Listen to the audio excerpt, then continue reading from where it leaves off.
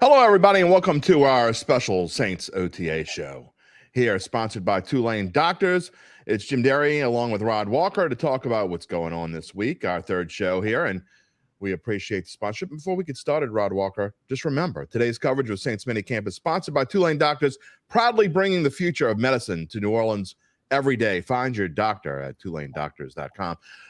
How's it been going out there at Saints Camp? I know wrapping up this third week of voluntary OTAs before mandatory minicamp starts next week. And obviously, we know what the big news is with Michael Thomas, but just in an overall sense, is anything different this week from what we've seen the first couple of weeks? It seems like it's getting a little bit more involved, I guess. They seem to be more comfortable with what's going on.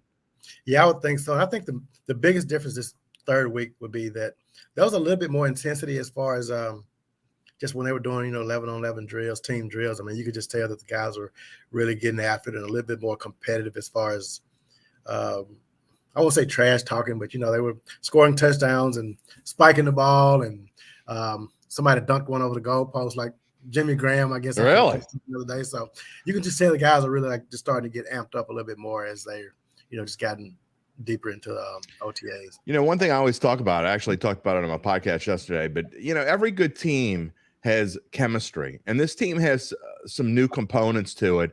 And to me, this is the type, the part of the year, this into early part of training camp where really you start developing that chemistry, especially when you have a new quarterback. So, while this part of the year may not be important for some teams, I think for the Saints, it really is, and especially on offense. I can't argue with that at all. I think, especially you talk about Derek Carr, a new quarterback who's coming in, and it's amazing to me, like how quickly everybody has just. I mean, and they're not just saying it just because he's a new guy. They really mean it. I mean, they really like what he's brought to this locker room. Everybody just talks about how professional he is, how smart he is. He reminds me a lot of Drew Brees as far as just his demeanor, and as far as his interviews, like. We've had a chance to talk to him twice after the first week and this past week, and he's just really good at answering questions, and he always gives you a lot of insight, like more than and as far as the insight, I mean, he's probably better than Breeze on that aspect of like answering questions. Like he's just really good and just really media savvy, and obviously that doesn't have anything to do with winning football games. Well, but, you know what? I think Rod, it kind of does actually. Having that demeanor and that there's a.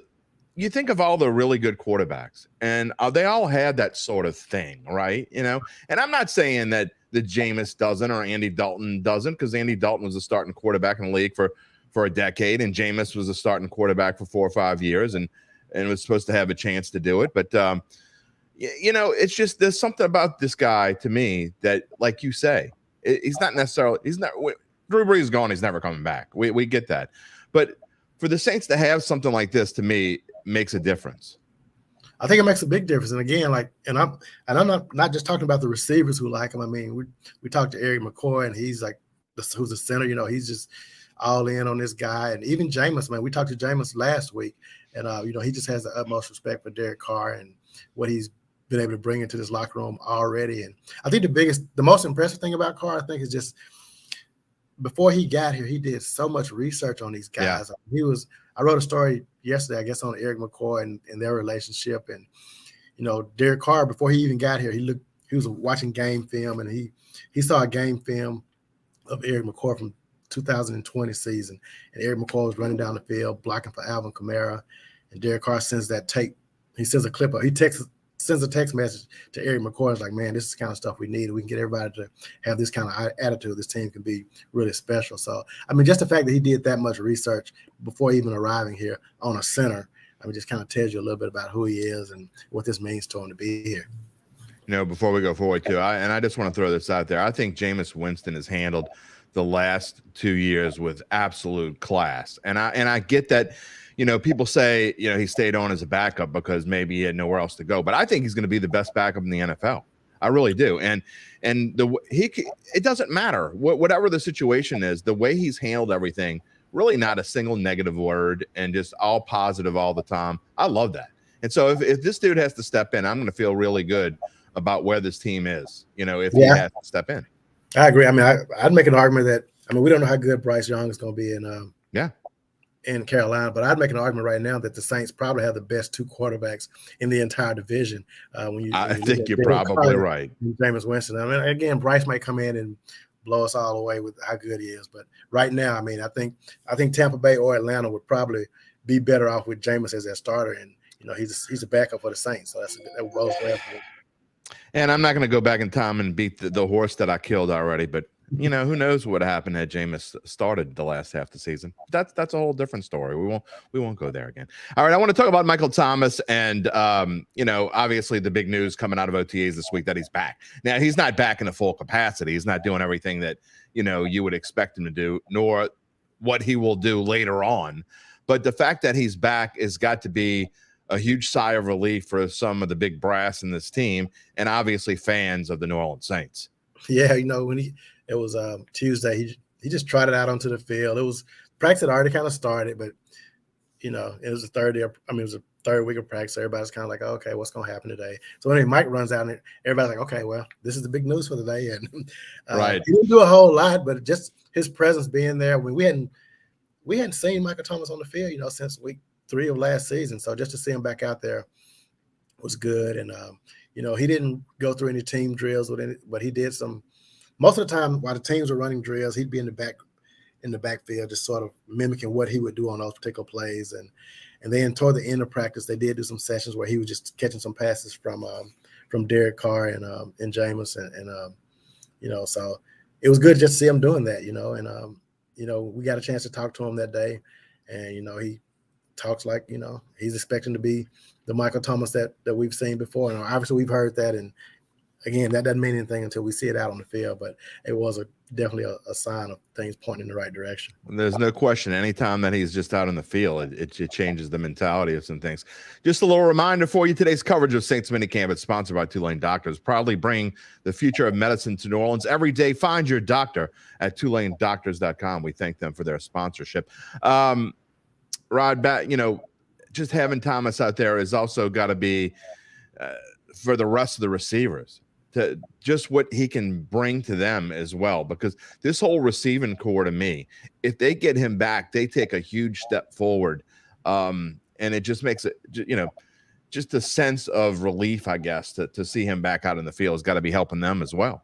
Yeah, I mean, you look at this team, and we all know what Chris Olave and Rashid Shaheed can do. I mean, they're really speedy guys that can stretch the field and do all that. But you need that guy this big guy you can count on this guy if it's 35 and you can call and great with 2 guys over him, he's still gonna make the catch. And that's what Michael Thomas brings, and it just makes everything better for this team when you got a guy who you can count on like that, and you can throw him the contested pass and he can make them. And they didn't have that guy last season who could do that, and now they have him. So different on offense, but just obviously different side of the offense. But the running backs now, Kendre Miller, obviously he's still a little banged up from his injury from last year, so he's not doing a whole lot right now. But what have you seen in the running game? Jamal Williams, how does he look, and who has anyone stood out in the running game part of it besides Jamal Williams? I think it's hard to say on the running game because they're not tackling, so they're taking the handoff and they're not fumbling the handoff. Well, that's good. That's a good thing, right? But hey, I think both of those guys are going to be really good. And we haven't seen Kendre Miller really out there, but man, I guess I didn't realize, how he looks, but I mean, he's like built apart. I mean, when you see him, you're like, whoa, this guy's is ripped and cut and all that stuff. So I think he has a chance to be really, really special. I think the Saints fans are going to really like him.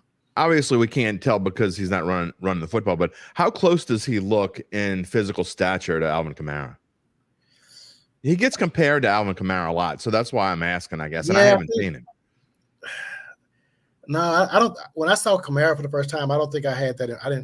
I wasn't like, wow, look at this guy. Yeah. When you see Kendre, you're going to like, and this is like no pain. I mean, just coming out with a shirt on, his arms bulging, you're like, whoa, this guy's different. So I don't know if I can go with the Kamara comparison because I don't remember having that reaction when I first saw Kamara. Is it like the first time you and I saw Leonard Fournette back in 2013 at St. Augustine High School? That's a good comparison, yeah. It's a very quick, short story.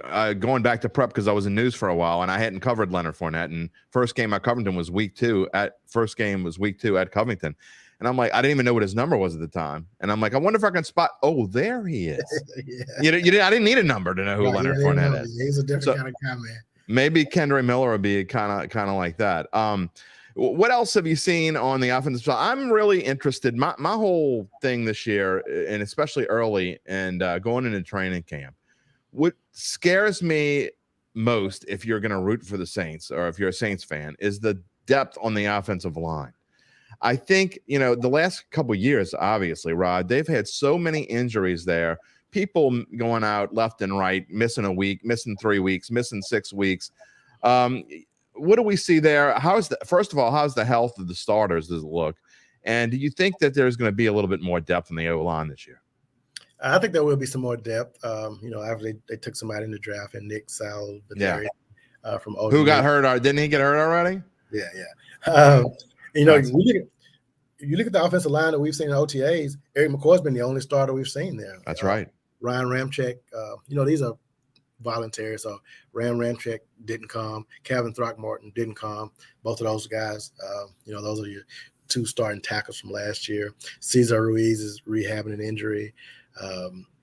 Trevor Pennings, he's rehabbing an injury. So you got all these guys that haven't been there. Eric McCoy, I talked to him the other day, and one of the things he said was, he thinks that this time period that he's getting to play with these guys who aren't starters, he said, inevitably this is going to help him because the inevitable is going to happen. He knows that injuries are going to happen to this team. So the fact that they're getting this opportunity to, the fact that he's getting this opportunity to play with some of these young guys, he thinks might help this team out in the long run. But obviously offensive line is an issue that you got to build that depth there. And I think the Saints have done a good job of trying to address that most times. I mean, they get these guys who can swing to different positions, and that always helps when because you don't know who's going to go down. One thing that Sean Payton always realized, and you can give him credit for a lot of things, but there were things that maybe you didn't see, because people talk about his play calling and all that. To me, he always understood. And I'm not saying Dennis Allen doesn't. I'm just saying there were things that he understood, and Sean Payton understood. You had to have a deep offensive line. You had to have someone that can come in and play, and they were always thinking ahead and drafting. And Trevor Penning was drafted. Now Salvadori, who's going to probably get in there at some point. So Dennis Allen is thinking along those lines. But this team has always been good about showing up that O-line, and to me, the lack of that the last couple of years. Now, when you get 100 injuries, basically, which is what they've had over the past 2 years, that's going to make a big difference. Yeah, and I think they've done the same thing on the defensive side of the ball too, as far as line. I think this team just knows that that's where the games are won, and you got to have depth there, or everything else doesn't even matter. In the trenches, baby, got to do it. Speaking of that, what about the other side? The defensive line, it seems to me that they have strengthened that position maybe more than any other spot on this team. And a lot of people say that's where they needed the most help. I don't necessarily agree, but that's where some of the experts and pundits have said how do you think that's shaping up? How is that looking? Cam Jordan maybe getting some help. I do think that the interior of the defensive line was a concern. I mean, losing Shy Tuttle and David Onyemata. I mean, those are key pieces of what they did, up front. So, they brought some guys in free agency, and obviously they drafted Brian Bresee in the draft out of Clemson, took him in the first round. So just so many unproven guys we don't know. So we're just going to have to see how those guys end up playing. But, I mean, I think they addressed the issues, and now we have to see, if they addressed it with the right pieces. Obviously, you look at the defensive end, I think they're really good there. When obviously Cam Jordan's been really good. So I got a lot of pieces. Peyton Turner's a guy who, we got to see if he can stay healthy. And, they still believe in him, but if he's not healthy, he's not doing him any good. If he can, I think he can play. If he can stay healthy. The Clemson kid, when you talk about about Kendra Miller, you think the same thing when you see him? What's yeah, I mean, he's a defensive lineman. You kind of expect them to be. Yeah, but he's not your typical interior defensive lineman. It's like, you think of Norman Hand when you think of interior, you think of the big wiggle.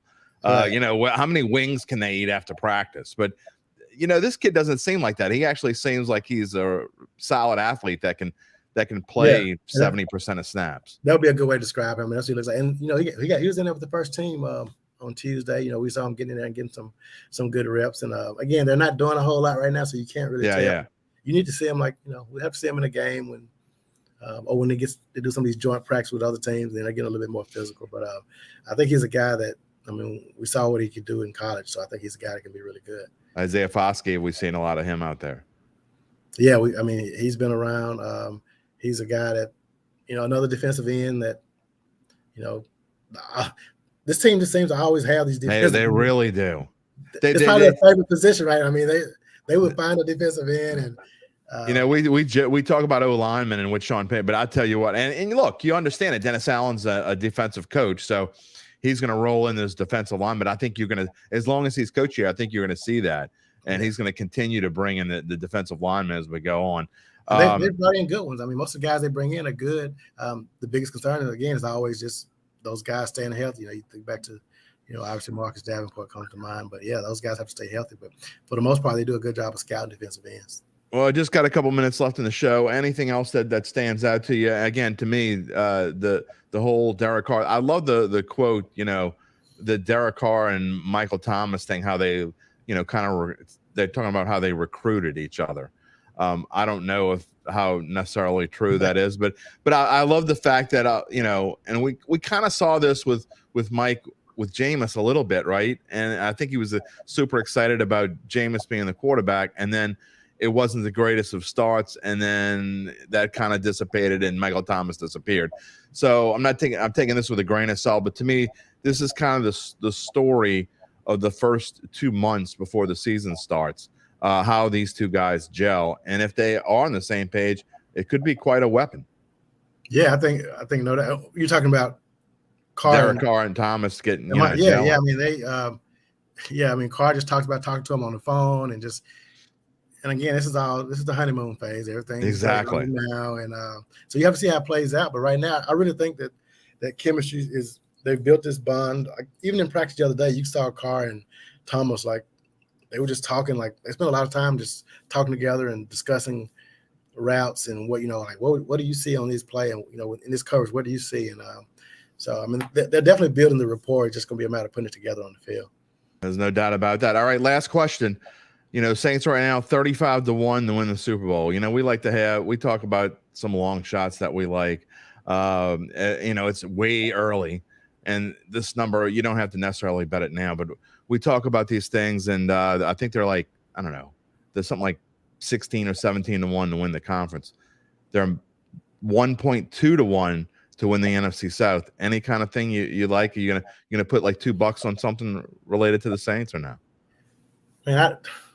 I'd be shocked if they didn't win the division this year. Me too, kind of. To me, if they don't win the division, it's either them or Carolina. Yeah, and again, we just don't know about Bryce. We don't know how good he's going to be, but with the experience the Saints have, you got to think they're going to get – the schedule is so favorable this year. And but for Carolina, too. Yeah, right. Every division has a pretty easy schedule because you're matched up with the AFC South. But I just think with the veterans they have, if they can just take care of the ball and avoid the injuries. Last year, they couldn't force any turnovers, and they committed a lot of turnovers, and which, a lot of that people put it on coaching. I don't know if that's coaching, right. But if they can fix those problems, I think on paper this team can be good. Well, we've been at least I have. I can't say we, because you're not harsh on too many people. If you're harsh on somebody, that means they really deserve it. Okay, it's not like me who just jumps on. So I've been a little harsh on Dennis Allen. I've even been more harsh on Pete Carmichael. But I think in the second year of them together, I'm gonna give them a pass now. I think. And we're going to go into the season, and we're going to find out what these guys are really made of, I think. And if you don't see, to me, at least 9 or 10 win season. In fact, I'm going to go, 10-win season. I think you got to win 10 wins. You're going to have to get 10 wins to win this division. I know people say you can win it with a sub 500 record, but I don't think that's going to be the case with these schedules this year. So I think if they don't get 10 wins this season, I think it's going to be a major disappointment for Dennis Allen and Pete Carmichael. I just don't know. No, I agree. I think this is a season. This is kind of make or break for Dennis Allen. I think he has to be successful, and I don't know if that's just winning the division or if they need to go a step beyond that. Because the division, the conference is still. I think the Eagles are going to be really good still. San Francisco will be really good still. So I think that. But other than that, though, I don't know. Okay, but right. So I mean, I think it's I don't think if you put money on the Saints to go to Super Bowl, I don't think that's outlandish at all. Especially if you put 35 to 1, you put $3 on it, you win over $100. So right. I mean, that's worth a shot, right? Yeah.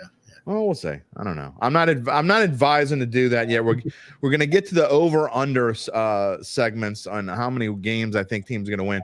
We've been pretty good the last 2 years. We're going to try to do that again. I'm staying away from that, Jim, because last year I had them. Yeah, you kind of bombed on that. I had like the 72 Dolphins last year. So well, it's like when everyone in the media, and I mean all 27 members of the New Orleans media that Duncan polled, all 27 picked the over. I knew my over bet, which I'd already made. Had I seen this poll before I made the bet, I would have never made it. I knew I was doomed then, but we've done pretty good. I think we've gone something like 60-something% the last 2 years with the over-unders. Overall, we do them out for every team. So we'll see how we do this year. But, Rod, good talking to you, and I look forward to having you on Datitude again pretty soon. All right, sounds good, man. Thanks as always. And we want to thank the Tulane Doctors for sponsoring our show. Once again, today's coverage of Saints Minicamp, sponsored by Tulane Doctors, proudly bringing the future of medicine to New Orleans every day. Find your doctor at TulaneDoctors.com, as they have sponsored now 3 shows on the Saints OTAs. We'll talk to you soon. Jim Derry and Rod Walker. Have a good weekend, everyone.